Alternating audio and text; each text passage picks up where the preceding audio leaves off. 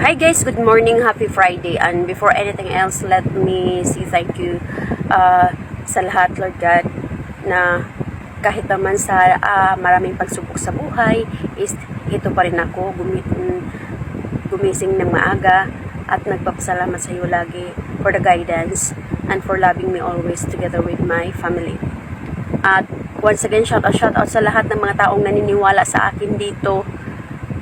Laging nakasupport sa akin, alam nyo na kung sino-sino kayo. At shout out again sa mga taong hindi naka-appreciate, lagi na lang napapansin yung mga mali ng iba, at lagi na lang nagsasabi ng hindi maganda sa kanilang kapwa.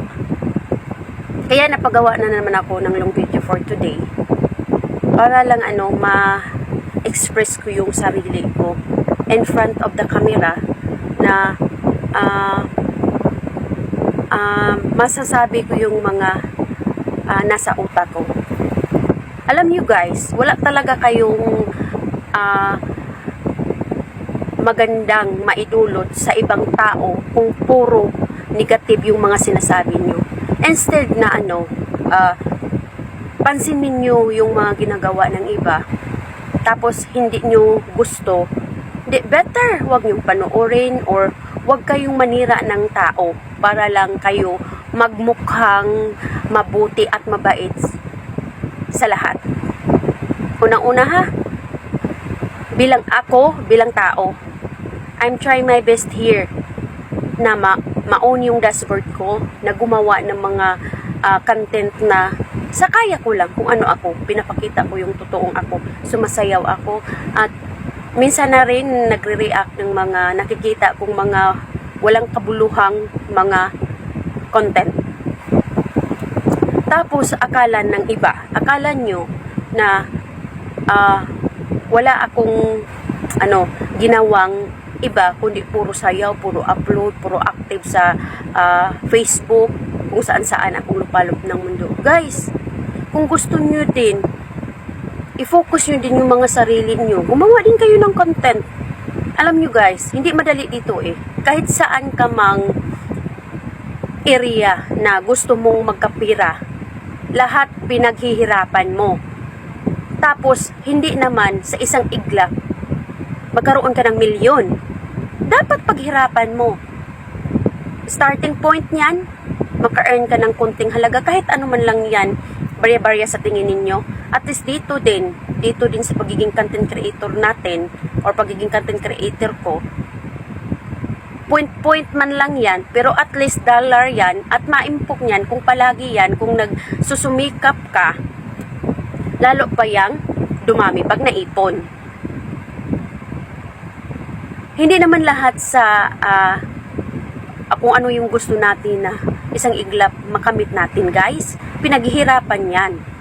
Kung gusto mo ng madaling kitaan, so, yun, gumawa ka ng mga kubalastugan ng mga content na ibalanderya mo na lahat ng kaluluwa mo.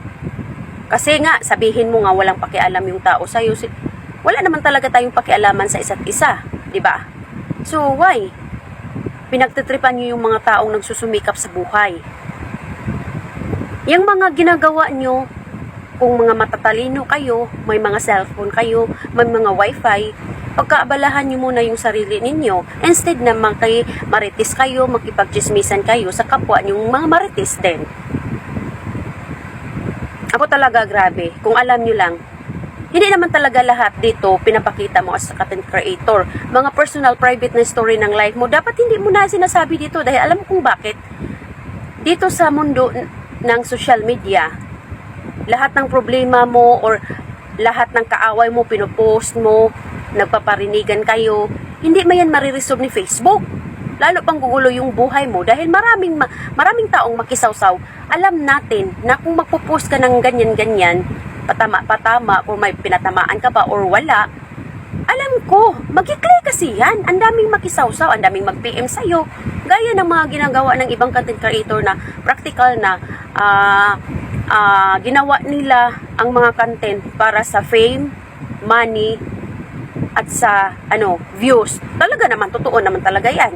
Kaya wala na silang pakialam kung may masisira sila, may makarinig sa kanila ng mga bata, basta tingin nila tama sila dahil ginawa daw yung Facebook or mga social media para sa ganyan, hindi naman daw sila binabawalan ni Mita. Pero dapat kung, sabi ko nga sa inyo, kung may malawak ka na pag-iisip o mindset, may limitasyon yung kakapalan ng mukha mo. Like sa mga walang magawa dyan sa buhay, na masaya silang may madown silang tao, masaya silang may maaapakan silang tao, may masaya sila kung naninira sila ng tao. Ano ba sa tingin ninyo? Perfect kayo? Perfect kayo? Ang dami nating mga problema sa buhay, guys. Dapat problemahin natin yung mga sarili natin bago iba.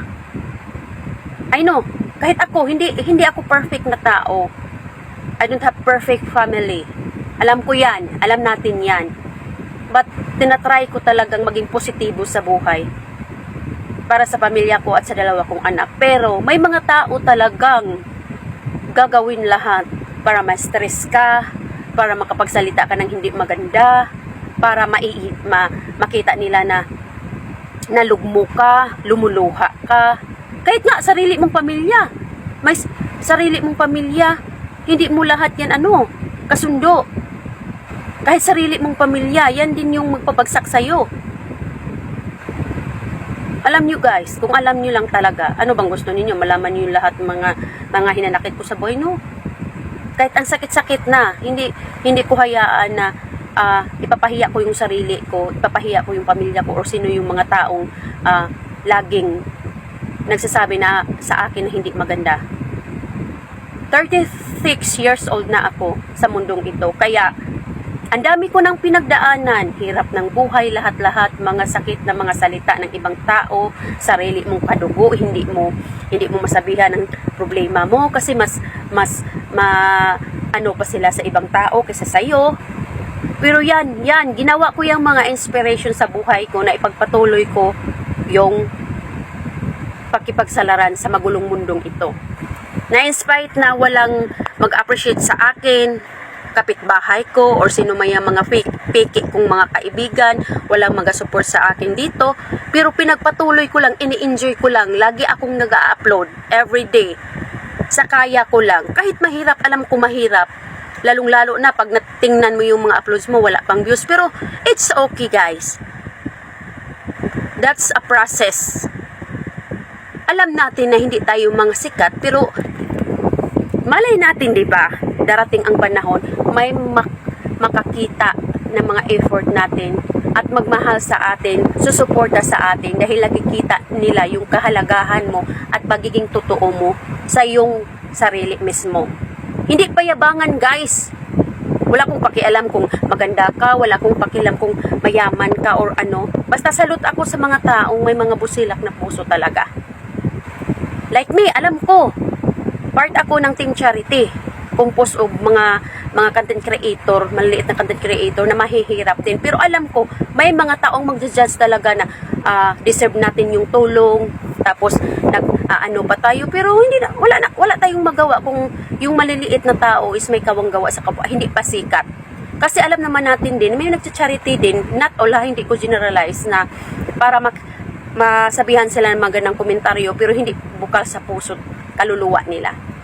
Kaya nga shout out talaga sa lahat ng mga pakialamira, mga basher dyan, na wala talagang maidudulot sa iyo ng kagandahan sa buhay mo.